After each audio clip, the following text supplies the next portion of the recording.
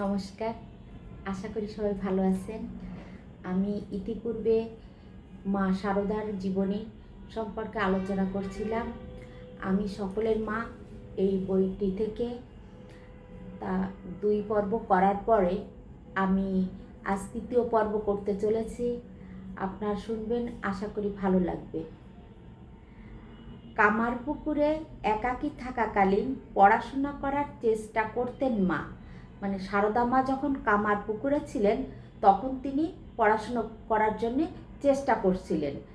আর সারদা মার যখন বিয়ে হয়েছিল তখন উনি বেশ ছোট, 6 বছরের। তারপরে একটু বড় হওয়ার পরে উনি বুঝলেন যে পড়াশোনা করা দরকার। তিনি নিজেই বলেছিলেন, কামারপুকুরে লক্ষ্মী আর আমি বর্ণ পরিচয় একটু একটু পড়তুম। লক্ষ্মী মানে রামকৃষ্ণ ঠাকুরের ভাইজি, সে আর সারদা মা দুইজনে একটু পড়াশোনার চেষ্টা করতেন, বর্ণ পরিচয় শেখার। ভাগ্নে বই কেড়ে নিলেন, বললে মেয়ে মানুষ লেখাপড়া শিখতে নেই।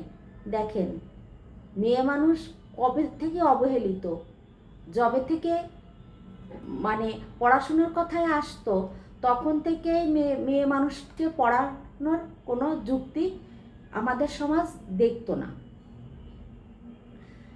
ভাগ্নে হৃদয় মানে রামকৃষ্ণ ঠাকুরের ভাগ্নে, সে বলেছিল যে লেখাপড়া করার দরকার নেই।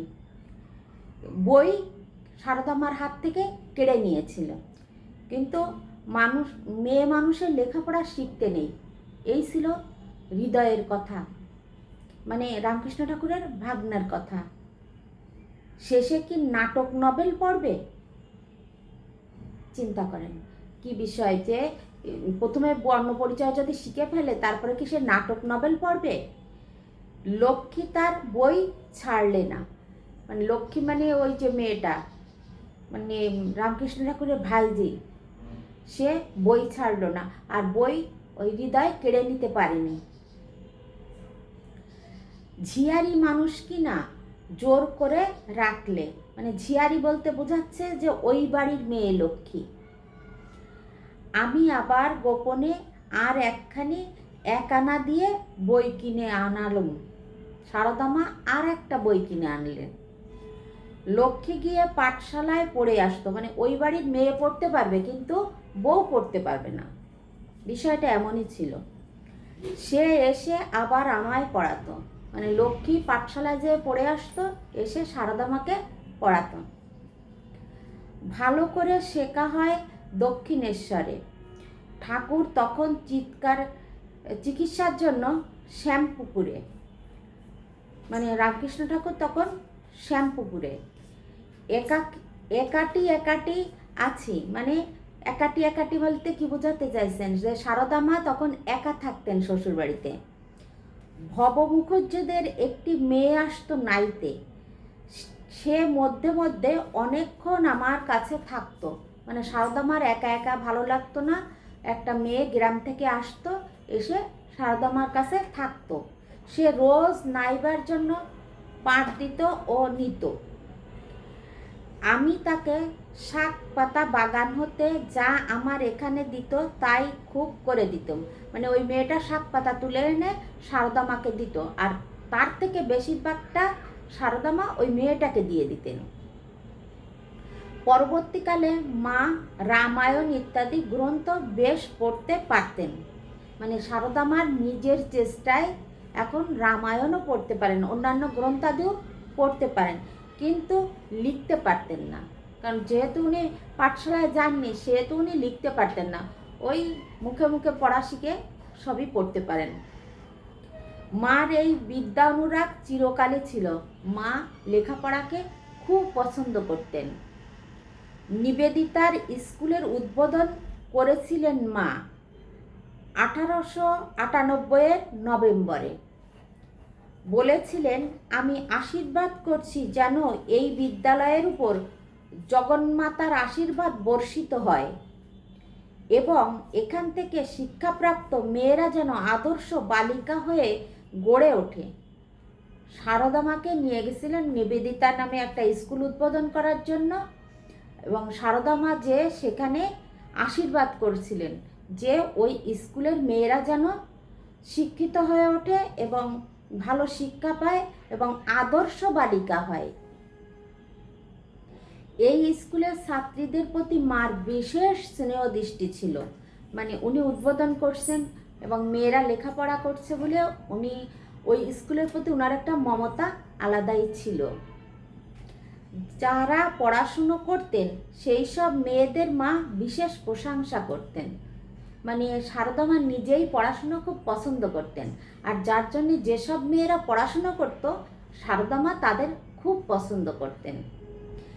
এমনকি তাদের ইংরেজি শিখতেও উৎসাহ দিতেন। উনি তো ইংরেজি পারতেন না, উনি বাংলাটা পারতেন। তারপর উনি কি করলেন, উনি যারা পড়াশুনো করতো ওই নিবেদিতার স্কুলে, তখন উনি চাইতেন যে মেয়েরা ইংলিশটাও শিখুক। ঊনবিংশ শতাব্দীর শেষে একজন অশিক্ষিতা গ্রাম্য মহিলার এমন দৃষ্টিভঙ্গি ও উদার মনোভাব সত্যিই বিস্ময়কর।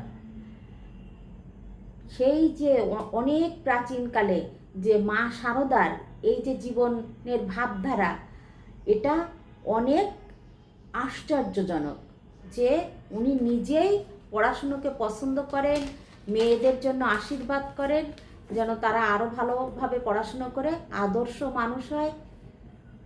এই আর কি। কামারপুকুরে ছোট সারদাকে শ্রীরামকৃষ্ণ নানাভাবে শিক্ষা দিয়ে গড়ে তুলতে লাগলেন। রামকৃষ্ণ ঠাকুর তো সারদা মার স্বামী এবং যথেষ্ট বয়সে বড়, উনি ওনাকে শিক্ষা দিতে লাগলেন। তারই মুখাপেক্ষী এই কিশোরীর হৃদয় প্রথমে তিনি ভালোবাসা দিয়ে জয় করে নিলেন। রামকৃষ্ণ ঠাকুর সারদা মাকে কি দিয়ে জয় করছিলেন? ভালোবাসা দিয়ে। তারপর নিজের অভিজ্ঞতালব্ধ জ্ঞানরাশি তাতে ঢেলে দিতে লাগলেন। তারপর রামকৃষ্ণ ঠাকুর যা যা জানতেন সারদা মার কাছে ওগুলো বলতেন এবং শিখাতেন। আর সারদা দেবীও সশ্রদ্ধ উন্মুখ চিত্তে তা গ্রহণ করতে লাগলেন। মানে তার স্বামী যা বলতো সারদা মার কাছে সেটাই তথাস্থ উনি মেনে নিতেন এবং মানতেনও। শ্রী রামকৃষ্ণ একদিকে যেমন নিজের ত্যাগোজ্জ্বল জীবনের আদর্শ তার সামনে তুলে ধরলেন, সঙ্গে সঙ্গে অলৌকিক ব্যবহারেরও খুঁটিনাটি তাকে শেখালেন। উচ্চ ধর্ম জীবন লাভের জন্য কিভাবে চরিত্র গঠন করতে হয় তা যেমন শেখালেন, সঙ্গে সঙ্গে শেখালেন কিভাবে আত্মীয় স্বজনের সঙ্গে ব্যবহার করতে হয়। মানে ধর্মীয় জীবন কিভাবে পালন করতে হয় এটাও শিখালেন রামকৃষ্ণ ঠাকুর সারদা মাকে, আবার এটাও শিখালেন যে আত্মীয় স্বজন বাড়িতে আসলে কিভাবে ব্যবহার করতে হবে তাদের সাথে, রাস্তায় বা গাড়িতে কিভাবে চলতে হবে, এমনকি প্রদীপের পোলতেটি কিভাবে রাখতে হয়, প্রদীপ জ্বালানোর সময় যে আমরা সলতে দিই মানে পোলতে, ওটা কিভাবে রাখতে হয়, সব কিছুই রামকৃষ্ণ ঠাকুর সারদা মাকে নিজ হাতে শিখাচ্ছেন। স্বামীর দেহবুদ্ধিহীন স্বার্থশূন্য এই ভালোবাসা শ্রীমাকে বিভোর করে রেখেছিল। রামকৃষ্ণ ঠাকুরের কোনো স্বার্থ ছিল না, উদার মনের মানুষ ছিলেন। আর এইটা দেখে দেখেই সারদা মা আরও বড় মনের মানুষ হলেন। পরবর্তীকালে তিনি স্বয়ং স্ত্রী ভক্তদের বলছেন, হৃদয়ের মধ্যে আনন্দের পূর্ণঘট যেন স্থাপিত রয়েছে, ওই কাল থেকে সর্বদা তা অনুভব করতাম। সেই ধীর স্থির দিব্য উল্লাসে অন্তর কতদূর পূর্ণ থাকত তা বলে বোঝাবার নয়। মানে রামকৃষ্ণ ঠাকুরের সাথে থেকে যে উনি কতটা শান্তিতে ছিলেন এটাই ভক্তদের মাঝে মা সারদা বলে গিয়েছেন। শ্রী রামকৃষ্ণ সর্বদাই শ্রীমাকে সংসারের অনিত্যতার কথা শোনাতেন। রামকৃষ্ণ ঠাকুর এই সংসার করা মানে জীবনটা পছন্দ করতেন না। এই জন্য সংসারে যে কোনো সার নেই, এটা যে অনিত্য, এর কোনো মূল্যায়নই নেই, এটাই তিনি বোঝাতে চাইতেন সারদা মাকে। বলতেন, শিয়াল কুকুরের মতো কতকগুলি বাচ্চা কাচ্চা জন্মায় কি হবে, শিয়াল কুকুরের একবারে অনেকগুলো বাচ্চা হয় না, এই কথাই রামকৃষ্ণ ঠাকুর সারদা মারে বলছিলেন।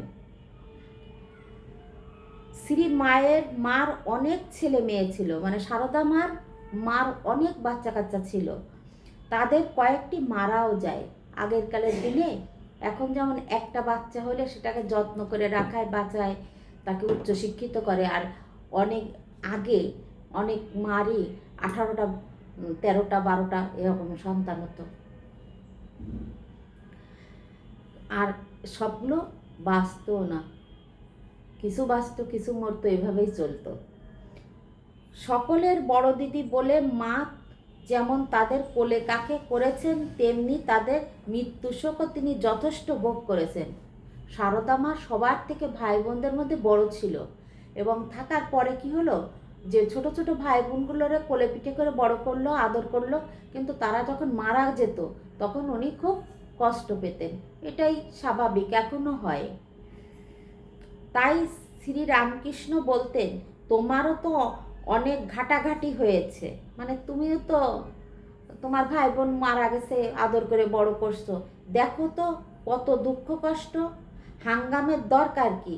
ওসব না হলে আসো ঠাকুরুনটি, থাকবেও ঠাকুরুনটি, মানে রামকৃষ্ণ ঠাকুরের বউ হয়েই আছো, ভবিষ্যতেও তুমি তাই হয়ে থাকবে। একদিন সকালবেলা মা বাড়ির ভিতর নেতা দিচ্ছিলেন। নেতা কি? গ্রামে আছে মাটি আর গরুর গোবর দিয়ে ওই ঘর বাড়ি লেপে, সেই নেতা। আর শ্রী রামকৃষ্ণ রঙ্গরস করতে করতে শ্রীমার সঙ্গে কথা বলছেন। শ্রী রামকৃষ্ণ ঠাকুর কি করতেন? সারদা মার সাথে ইয়ার্কি করতেন, খুনসুটি করতেন, করে করে নানা ধরনের কথা বলতেন। হঠাৎ শ্রী রামকৃষ্ণ বলতে শুরু করলেন, ছেলের অন্নপ্রাশনে যে কোমরে গোট পরে নাচবে গাইবে, সেই ছেলে মরে গেলে সেই কোমর ভুইয়ে আসলে কাঁদতে হবে। যে তোমার যদি একটা ছেলে হয়, তখন যে তুমি তার অন্নপ্রাশন মানে মুখে ভাত দেওয়ার সময় কোমরে বিছে পরে নাচবে গাইবে, আর সেই ছেলে যখন মারা যাবে তখন তুমি তো কোমরের বিছে ছিঁড়েই ফেলবে কান্নাকাটি করে। লজ্জাশীলা মা নীরবে সব শুনছিলেন। মা ছিলেন খুব লজ্জাশীলা, উনি ওইগুলো শুনছেন, কোনো উত্তর দিচ্ছেন না। তো সকলের মা হওয়ার জন্য যার আবির্ভাব, বারবার ছেলের মৃত্যুর কথা তার বেশিক্ষণ ভালো লাগতে পারে না। সারদা মার আবির্ভাবই হয়েছিল যে উনি সবার মা হবেন, এখন ওই বারবার ছেলে মেয়ের মৃত্যুর কথা শুনতে তার একদম ভালো লাগছিল না। তিনি একবার ধীরে ধীরে বলে উঠলেন, সবগুলোই কি আর মরে যাবে?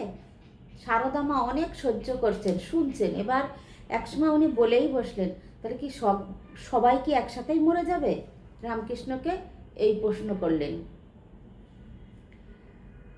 তার কথা বের হতে না হতে শ্রী রামকৃষ্ণ চেঁচিয়ে বলে উঠলেন, ওরে জাত সাপের ন্যাজে পা পড়েছে রে, জাত সাপের ন্যাজে পা পড়েছে। ওমা আমি কি বলি, সাদাশীতে ভালো মানুষ কিছু জানে না, পেটের ভিতর সব আছে, বলে কি না সবগুলো কি আর মরে যাবে? তিনি এমন হইচই করে উঠলেন যে মা লজ্জায় ছুটিয়ে পালিয়ে গেলেন। ওই যে সারদা মা সহ্য করে করে একবার বলেই বসলেন, সবগুলো কি একবার মরে যাবে? তখন রামকৃষ্ণ ঠাকুর চেঁচায় বলে উঠলেন, ওরে জাত সাপ মানে কি? কেউটো সাপের লেজে পা পড়ছে, এবার তো ফোঁস করছে। উনি আর কি বলে চেঁচায় উঠলেন, এবং সারদা মা সবাই হইচই করে উঠছে, বাড়ির সবাই জেনে গেছে, এবং সারদা মা খুব লজ্জায় পড়ে গেছেন। পরবর্তীকালে শ্রী রামকৃষ্ণ মাকে আশ্বস্ত করে বলেছিলেন, তোমার এমন সব রত্ন ছেলে দিয়ে যাব, মাথা কেটে তপস্বী করেও মানুষ পায় না। রামকৃষ্ণ ঠাকুর পরে সারদা মার কাছে বসে বলছিলেন যে তোমারে আমি এমন ছেলে দিয়ে যাব যে মানুষ সাধনা করেও পায় না। পরে দেখবে এত ছেলে তোমায় মা ডাকবে, তোমার সামলানো ভার হয়ে উঠবে। মানে উনি তো জগতের মাতা, সারদা মাতা, ওনাকে যে সবাই মা ডাকবে, তখন তো ওনার বয়ে নিয়েই কষ্ট হবে। এ কথা রামকৃষ্ণ ঠাকুর মৃত্যুর আগেই সারদা মারে বলে গিয়েছেন। আজ এই পর্যন্তই। পরবর্তীতে আপনাদের আবারও বাকি অংশগুলো শোনাবো। ভালো থাকেন, ঈশ্বর সবার মঙ্গল করুন।